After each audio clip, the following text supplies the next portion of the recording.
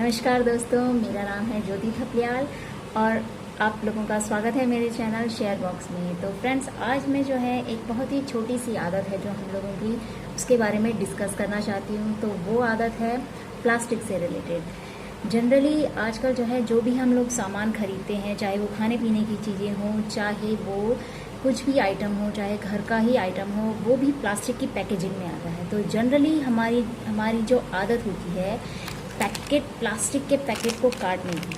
अब हम लोग कैसे इसे काटते हैं? हम लोग इसे ऐसे काटते हैं, लेकिन ऐसे काटने से ये जो है हमारे लिए बहुत ज़्यादा नुकसान हमें पहुंचा सकता है। आप पूछेंगे वो कैसे? तो जनरली क्या होता है, जब हम इस तरह के प्लास्टिक्स को काटते हैं तो इसका जो एक छोटा वाला हिस्सा होता है वो तो इधर उधर बिखर जाता है, और जो बड़ा हिस्सा होता है वो तो उसे हम जो है डस्टबिन में या जो रिसाइकिल बिन में जो लोग प्लास्टिक को रिसाइकिल के लिए भेजते हैं उसमें डाल देते हैं। तो ये जो छोटे छोटे कतरन होते हैं, इनका आखिर होता क्या है?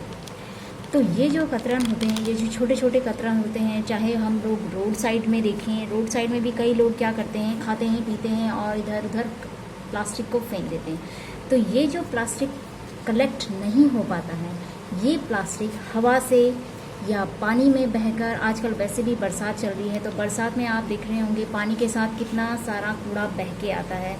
तो इस तरह से ये जो छोटा छोटा प्लास्टिक है, ये जो है बह के, पानी के साथ बह के जो है इधर उधर नदियों में पहुंच जाता है। नदियों से ये कचरा जो है समुद्र में पहुंच जाता है, और समुद्र से ये कचरा महासागर में पहुंच जाता है।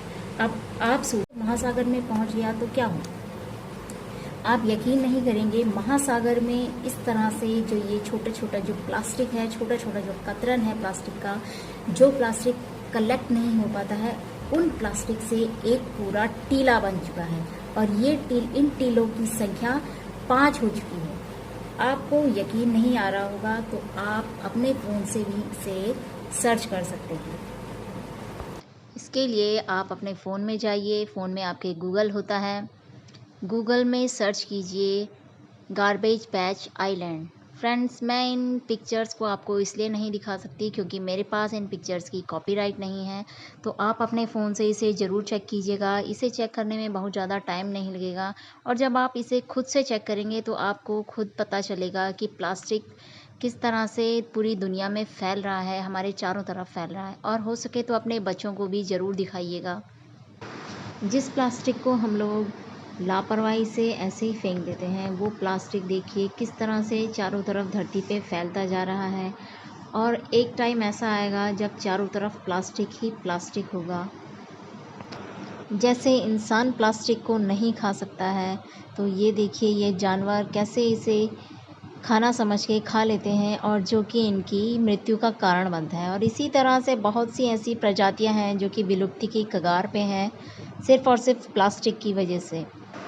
हम लोग धरती से इतना कुछ लेते हैं और वापस में क्या दे रहे हैं? चारों तरफ देखिए प्लास्टिक ही प्लास्टिक। ये कहीं से मैंने लिया नहीं है, बल्कि मैंने खुद ये पिक्चर्स क्लिक की हैं। आपको भी इसी तरह की पिक्चर्स आपको अपने इर्द गिर्द नज़र आ जाएंगी। मनुष्य जो है एक विवेकशील प्राणी है। जब तक हमारे पैकेट में, रैपर के अंदर नमकीन, चिप्स, बिस्किट रहता है, तब तक तो हम उसे कैरी कर लेते हैं। लेकिन जैसे ही ख़त्म हो जाता है, हम भी एकाएक क्यों विवेक शून्य हो जाते हैं? क्यों उस पैकेट को ऐसे ही फेंक देते हैं? क्या उस पैकेट को हम थोड़ी देर यूं ही अपने साथ नहीं कैरी कर सकते हैं, जब तक कि हम वहां पहुंच जाएं जहां हम जा रहे हैं? क्योंकि ज़्यादातर घरों का कचरा जो है सैनिटरी वर्कर के थ्रू ले जाया जाता है, और जो रोड साइड का कचरा होता है वो ऐसे ही इधर उधर बिखरा हुआ रह जाता है। अब आप पूछेंगे कि इस प्लास्टिक को काटने का तरीका क्या है? तो आप चाहे वो दूध की पैकेट्स हों या तेल की पैकेट हों, हम लोग अपने घरों में रोज़ाना कुछ ना कुछ ऐसा इस्तेमाल करते ही हैं। तो इसको काटने का तरीका देखिए, आप इसे इस तरह से काट सकते हैं। ये देखिए, सीज़र से आप इस तरह से काट सकते हैं। इससे क्या होगा, जो ये ऊपर का हिस्सा है, छोटा हिस्सा है, वो भी इस बड़े हिस्से के साथ ही रहेगा, जिससे एक तो ये इधर उधर नहीं फैलेगा, और दूसरा पर्यावरण को भी ये नुकसान नहीं पहुंचाएगा।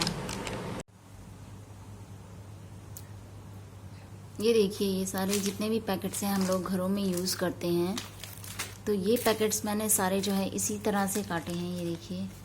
और इस तरह से काटने का मकसद सिर्फ एक है, ये जो छोटा हिस्सा है ये इसी पे ही अटैच रहे, ये इधर उधर ना बिखरे। अभी आप इस पैकेट को देखिए, ये पैकेट मैंने इस तरह से काटा था, लेकिन अब मेरे पास जो है इसका सिर्फ ये बड़ा हिस्सा है, छोटा हिस्सा कहाँ गया मुझे नहीं पता। तो इसी चीज़ से बचने के लिए मैं जो है अब इन प्लास्टिक्स को जो है इस तरह से काटती हूँ। तो आप भी कोशिश कीजिए कि इसी तरह से काटिए। अगर आप अपनी सहूलियत के हिसाब से इसे काट सकते हैं, लेकिन कोशिश ये कीजिएगा कि जो इसका छोटा हिस्सा है वो इसी पे ही अटैच रहे। आप चाहे ये वाला पैकेट देखिए, ये मैंने इस तरह से काटा है, ये इस तरह से फाड़ा गया था, लेकिन इसका जो ये हिस्सा है ये इसी पे ही अटैच है। इससे ये क्या होगा कि ये इधर उधर तो बिखरेगा नहीं। दूसरा, ये जो है पूरा का पूरा पैकेट रिसाइकिल के लिए जाएगा। ये देखिए मैंने ये भी इसी तरह से काटा है पूरा, इसमें बिल्कुल भी जो प्लास्टिक है वो इधर उधर, जो छोटा मोटा कतरन है वो इधर उधर नहीं गिरा है। ये देखिए ये मसाले का पैकेट है, ये भी मैंने ऐसे ही काटा है। तो आप भी कोशिश कीजिएगा कि इसी तरह से काटिए। ये जो छोटी सी आदत है ये बहुत मददगार हो सकती है इस प्लास्टिक के पोल्यूशन को रोकने के लिए। और कोशिश कीजिए रोड साइड में भी जब भी आप लोग पैकेट्स को काटते हैं, फाड़ते हैं, तो इसी तरह से फाड़िए और उसे डस्टबिन तक ज़रूर पहुंचाइए, क्योंकि घर का कूड़ा तो डस्टबिन में पहुंच ही जाएगा, लेकिन रोड साइड का कूड़ा जो कि बहुत ज़रूरी है, रोड साइड में बहुत ज़रूरी है, उस कूड़े को डस्टबिन तक ज़रूर पहुंचाइए। ये आपकी ज़िम्मेदारी है। खाते हैं पीते हैं हम लोग ऐसे ही फेंक देते हैं, तो इस चीज़ से बचिए। पर्यावरण दिवस पर सिर्फ और सिर्फ पर्यावरण बचाओ का स्टेटस लगाना ही काफ़ी नहीं है। कुछ ना कुछ एक आध काम तो हमें ऐसे करने ही होंगे जिससे कि पर्यावरण को सच में बचाया जा सके। इस बात से अगर आप सहमत हैं तो इस मैसेज को आगे ज़रूर फॉरवर्ड कीजिएगा, ज़रूर लोगों को बताइएगा कि प्लास्टिक हमारे लिए कितना ख़तरनाक है, कितना इसका नुकसान हमें होता है।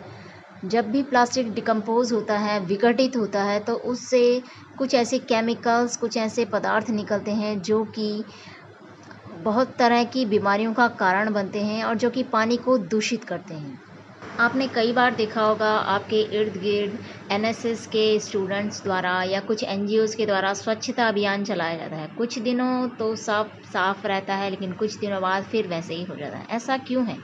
क्योंकि हमें प्लास्टिक के दुष्परिणामों के बारे में पता ही नहीं है। ये देखिए ज़्यादातर कार्टन्स में लिखा भी होता है it is fully recyclable carton.